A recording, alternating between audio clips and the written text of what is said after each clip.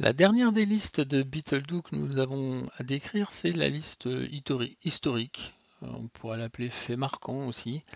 Euh, Elle est relativement simple aussi, un tout petit peu plus complexe que la to-do list, dans le sens où on associe à l'information une date d'échéance. Rien de plus. Donc vous retrouvez le titre, la description, le commentaire, et puis la date d'échéance.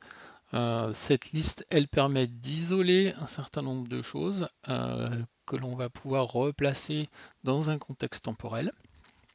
On va l'utiliser en projet peut-être pour les événements, les rendez-vous particuliers qui marquent le projet, des, des productions, des livraisons de choses.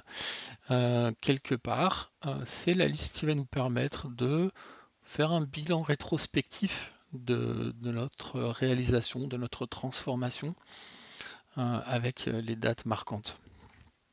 Alors l'intérêt, de ces bilans, c'est de pouvoir comparer avec les prévisions qu'on a pu faire.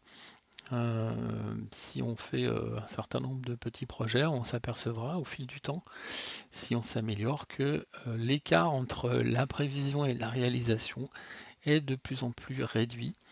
Ce sera un marqueur significatif de notre progression dans nos capacités de chef de projet à planifier correctement les choses, à contrôler l'imprévu, ce qui est parfois plus important que d'atteindre son objectif, en tout cas du point de vue d'un client. Voilà, pas grand-chose à dire de plus sur cette liste qui elle aussi est effectivement connectée quand on a des réalisations, c'est des actions qui se concrétisent. Quand on a des événements, ça peut être des décisions ou des points de validation de notre parcours projet. Voilà, merci pour cette dernière vidéo de présentation des listes Beetledo.